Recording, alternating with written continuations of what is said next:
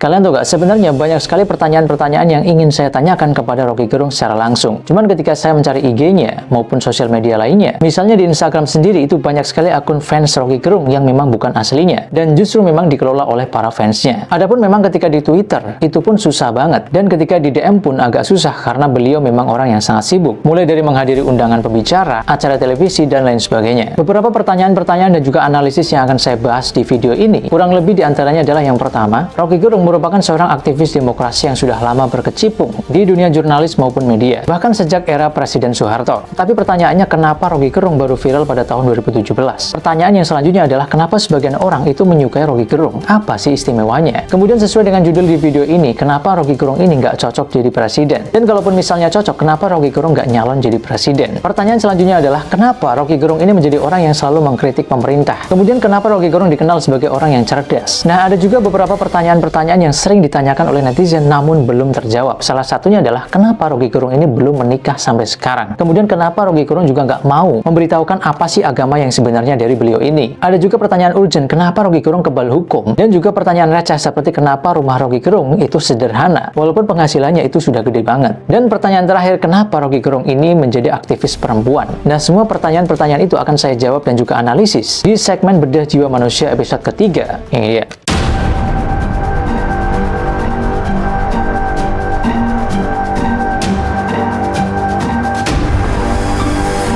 Oke guys, jadi Roky Gerung itu lahir pada tahun 1959 atau sekarang itu umurnya sudah 65 tahun. Dan seperti yang kita tahu juga, Roky Gerung ini merupakan aktivis yang sudah lama. Bahkan pada tahun 2005, beliau ini mendirikan sebuah institut yang bernama Setara Institute, yaitu sebuah lembaga penelitian dan juga advokasi di bidang demokrasi dan juga HAM. Bahkan pada masa kepemimpinan Soeharto, beliau juga pernah mengkritik seorang intel yang menyamar sebagai wartawan. Dan diketahui juga Roky Gerung ini mulai kuliah di UI pada tahun 1979, di mana pada awalnya mengambil jurusan HI, tetapi lulus malah jurusan sastra di bidang filsafat. Tetapi pertanyaannya, kenapa Roky Gerung ini malah baru terkenal pada acara ILC pada tahun 2017, di mana pada saat beliau mengkritik pemerintah tentang hoax, dan juga ketika beliau mengatakan tentang kitab suci fiksi, walaupun kemudian beliau menjelaskan bagaimana logikanya. Nah, poin yang saya analisis kenapa Roky Gerung baru terkenal 2017, faktor yang pertama adalah media sosial. Sebelum tahun-tahun itu, sosial media belum seramai itu, sehingga ketika ada seseorang yang mengatakan kalimat yang brutal atau kalimat yang bertentangan dengan masyarakat umum, itu belum bisa di-share ke banyak sekali pihak. Nah, pada tahun 2017-18 itu booming-boomingnya TikTok dan juga sosial media, sehingga mudah banget untuk menjadi viral. Faktor yang selanjutnya adalah Roky Gerung ini tahu gimana caranya viral. Berdasarkan konsep yang saya pahami, ketika kalian pengen viral, maka seranglah status quo, atau kalian harus menyerang sebuah ideologi yang sudah dipertahankan oleh masyarakat sejak lama. Sebagai contoh, ketika Roky Gerung mengatakan bahwasanya kitab suci itu fiksi, maka hal ini bisa dikatakan menyerang status quo, karena masyarakat umum itu menganggap bahwasanya kitab suci itu sakral dan nggak boleh sembarangan. Dan ketika Roky Gerung mengatakan seperti itu, pasti banyak yang marah karena ada emosional yang diserang di sana. Sama halnya ketika Timothy Ronald mengatakan kopi 80.000, karena orang sudah terbiasa bahwasanya kaya itu perlu effort, dan ketika orang dalam kondisi miskin nggak mungkin beli kopi 80.000. Jadi ketika Timothy Ronald mengatakan pada saat miskin beli kopi 80.000, otomatis banyak orang yang marah karena itu nggak logis. Sama juga ketika Roky Gerung mengkritik Pak Jokowi dengan sangat keras, bahkan dengan kalimat-kalimat yang tidak biasa kita dengar, maka otomatis jadi viral karena memang masyarakat umum itu menganggap bahwasanya presiden itu adalah orang yang sakral dan nggak boleh dikatain sembarangan. Itu kan status quo. Jadi ketika Roky Gerung mematahkan itu semua, maka otomatis banyak orang yang marah, dan itulah kenapa menjadi viral.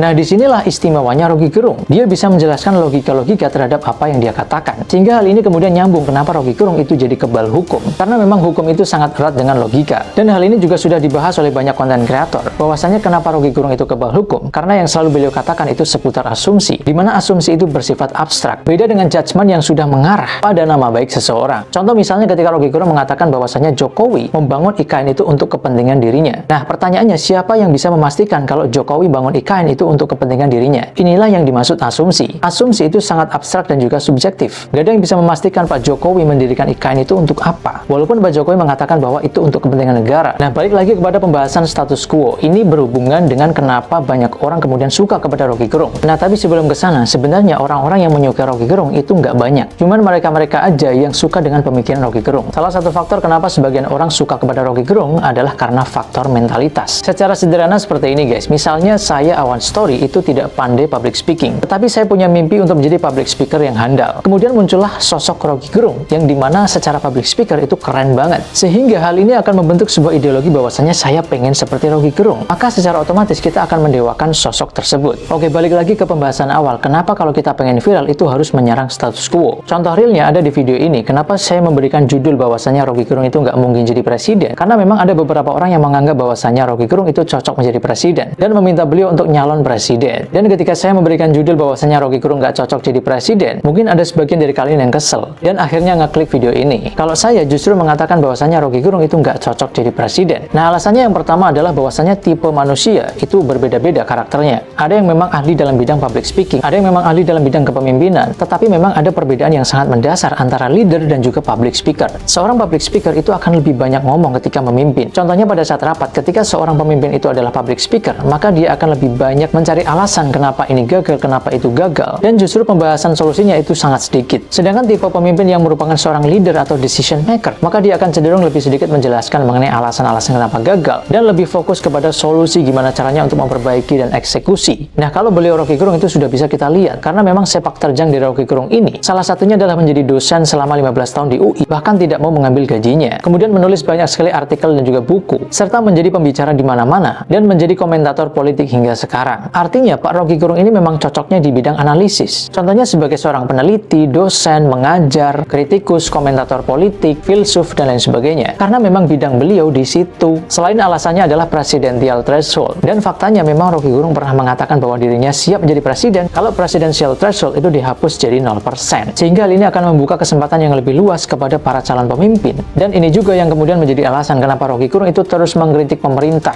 dan berada di barisan oposisi. Ya memang karena bidangnya Rocky Gerung di situ. Dan orang-orang yang mengkritik pemerintah seperti Pak Rocky Gerung ini memang penting di dalam negara demokrasi. Ketika tidak ada pengkritik yang sangat tajam seperti beliau, mungkin negara ini akan dikendalikan secara otoriter, guys. Nah, ini juga kemudian nyambung kenapa Rocky Gerung itu terlihat seperti orang yang memang sangat cerdas. Salah satu alasannya adalah bahwa Rocky Gerung itu sebenarnya tidak menguasai semua hal yang ada di dunia ini, tetapi beliau mampu menghubungkan masalah satu dengan masalah lainnya, sehingga beliau mampu memberikan analisis-analisis yang dalam dan kesimpulan yang besar. Nah, oke, selanjutnya kita masuk pada pertanyaan yang sering ditanyakan oleh netizen, yaitu kenapa Rocky Gerung itu nggak menikah sampai sekarang. Sebenarnya, alasan kenapa seseorang itu menunda pernikahan sampai umur yang tua, entah itu perempuan maupun laki-laki, itu banyak sekali faktornya. Contoh misalnya ada penelitian kenapa Gen Z itu menunda pernikahan, bahkan angka pernikahan itu turun di tahun 2024 ini. Salah satu alasannya adalah takut membiayai ekonomi setelah menikah, membiayai pernikahan yang mewah, memenuhi ekspektasi pasangan, dan lain sebagainya. Tetapi alasan-alasan ini nggak cocok untuk menjawab pertanyaan kenapa Rocky Gerung nggak menikah sampai sekarang. Contoh lagi kasus misalnya kenapa seseorang menunda pernikahan sampai tua adalah karena trauma terhadap pasangan sebelumnya. Misalnya karena diselingkuhin, dikhianati, atau ditinggalkan pada saat sayang-sayangnya. Alasan ini juga nggak cocok untuk menjawab kenapa Rocky Gerung nggak menikah sampai sekarang. Nah, tapi kalau dari analisis saya, kenapa Rocky Gerung belum menikah sampai sekarang adalah karena beliau itu terlalu mencintai ilmunya. Ilmu yang beliau kuasai sampai saat ini adalah ilmu filsafat. Sehingga bahkan mungkin sampai sekarang Rocky Gerung bisa menjawab semua pertanyaan hidupnya. Misalnya mungkin dari kenapa orang harus menikah, dan jawaban-jawaban dari internal Rocky Gerung itu sendiri yang menjadi keyakinan beliau sampai sekarang. Di mana beliau sangat peduli terhadap wanita. Bahkan hampir semua artikel-artikel Rocky Gerung itu membahas tentang feminisme. Bahkan di suatu forum ketika seseorang membicarakan tentang wanita dan terkesan merendahkan, Rocky Gerung sangat marah di situ. Dan ini membuktikan bahwasanya Rocky Gerung memang sangat menghormati wanita. Makanya kemudian muncul sebuah kata-kata mutiara, di mana wanita itu indah sebagai fiksi dan berbahaya sebagai fakta. Dan beliau pun sudah menjelaskan bahwasanya itu merupakan sindiran. Karena memang faktanya laki-laki di dunia ini hanya pengen mengendalikan wanita dan menjadikan wanita itu malah sebagai alat. Nah, pertanyaan yang selanjutnya adalah kenapa Rocky Gerung itu rumahnya sederhana, padahal penghasilannya itu banyak banget sekarang ya. Mulai dari penghasilan pembicara, penghasilan YouTube channelnya, penghasilannya sebagai seorang penulis, entah itu penulis buku maupun jurnal. Nah, analisis-analisis di depan tadi mungkin juga menjadi jawaban terhadap pertanyaan ini. Ya, karena logikanya buat apa Rocky Gerung punya rumah yang besar? Untuk tujuan apa? Orang hidupnya sendiri, belum ada tanggung jawab untuk membahagiakan istri dan juga anak, dan mungkin ada alasan lain kali ya. Misalnya, mungkin Rocky Gerung adalah seorang introvert, dan ini juga nyambung kenapa Rocky Gerung nggak mau menjelaskan agamanya. Bahkan di suatu acara di televisi ketika Rocky Gerung ditanya persoalan privat yang berhubungan dengan agamanya, Rocky Gerung ini agak kesel. Karena memang hal itu bukan hal yang pantas dibicarakan di depan umum sebagai seorang analis politik. Tapi secara logika, buat apa juga Rocky Gerung menceritakan agama yang sebenarnya? Karena mungkin dia pengen dikenal sebagai seorang analis dan komentator politik yang handal. bukan seorang yang agamis. Jadi mungkin ya untuk alasan personal branding juga. Tapi gimana menurut kalian guys?